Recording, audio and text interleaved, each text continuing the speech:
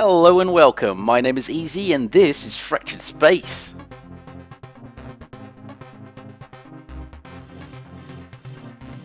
Welcome to this overview video of the May update for Fractured Space, and let me start off with saying, wow. Wow, this thing is massive. It really is. Because it's so massive, there's a lot to talk about. Some of it good and some of it sadly not so great. So let's get right to it and start off with the bad. Fractured Space already had a few too many types of so-called currencies. You had your credits, experience for 3 different manufacturers, and of course your premium currency, platinum. This update has introduced yet another form of currency, DNA, which brings us straight to the second item, crew members. Where previously you could unlock crew members with credits, you now need DNA. But wait, you don't just need DNA, you need blueprints as well, to which we'll get in a second. DNA is randomly awarded from drop pods, which in turn brings us to item number 3. The drop pods are daily rewards you receive from completing matches, 2, 4 and 6 to be precise. Win or lose, you get these, just not if the team surrenders before the 15-minute mark. The rewards from these pods are random, but increase in value with more matches completed. Possible rewards include a meager amount of credits, some DNA, or if you're really lucky, one of the crew member blueprints, which could be one you already own, and then you can exchange that again for a amount of DNA. Nah, okay. Oh, and there are legendary blueprints as well, which look a little different, but other than that, add absolutely nothing. Don't be troubled though, you can always use 130,000 plus credits that you don't have because you want to unlock ships and or systems on said ships to buy a random blueprint. Or, of course, you could borrow your dad's credit card. I guess that works. Can I please get a "the grind is real" from everyone? Thank you very much. Any more negative additions from this update? Not really.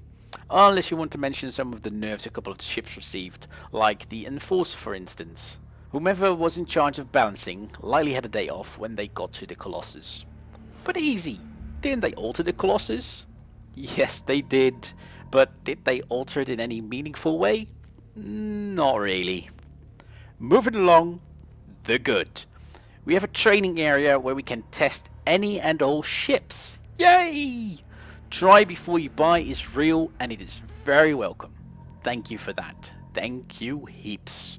Blind drafting is back and working well this time.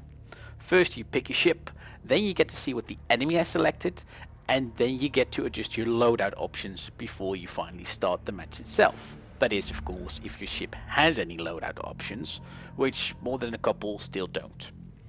New sectors have been introduced as well. Both Alpha and Beta have 2 possible sector options available, which will be changed at random. Apart from that, the home stations have been reworked as well, with upgraded turrets, and they look absolutely stunning. As does Gamma. Flying in Fractured Space has never before been such a treat to your eyes. Well done. The ugly? 2 new ships have been introduced, and luckily they're not that expensive to get either. Both the new Superlifter and Paladin are support craft with healing capabilities, so the pool of healers has finally been increased. Sadly though, this is a bit of a double-edged blade, as the Paladin is outperforming all the other healers, and has now firmly taken over the #1 spot in that regard. Maybe on the day of signing off on the 2 new ships, the head of balancing was again out of the office? Don't fret however, I'm confident further balancing is just around the corner, and perhaps this time they'll take a real look at the heavy, which is outperforming all the other heavies as well. Anything else? Well, yes, there is indeed. There are now achievements for those who actually care for such things, as if it isn't an achievement by itself to not outright rage quit when the opponent surrenders at the 14-minute mark into the game, and you need to play another game before getting your next drop pod.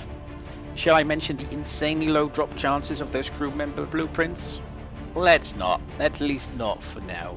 Who knows, perhaps someone over at EeZeE will wake up and come to realize that this is exactly the sort of thing they shouldn't have done. We'll give them some time to come to their senses. Oh, and before I forget, when your match is over, you get an extra 1 minute to stay in the game and converse with people, to call them names and tell them how bad they are, or that you never want to see them again. So all in all, gameplay wise, this is a great update, and although the balance is a bit off, that can and should be fixed before too long. The guys over at marketing, however, need to get bitch slapped repeatedly. Yes, they do. That's it for me as far as this update is concerned. I'm back to grinding my ass off in the hopes of finally getting a crew member blueprint instead of 20,000 credits. I hope you enjoyed this video. Leave a like if you did and subscribe if you want to see more. Do leave a comment in the section down below because I love hearing from you. And I hope to see you all again next time in Fractured Space.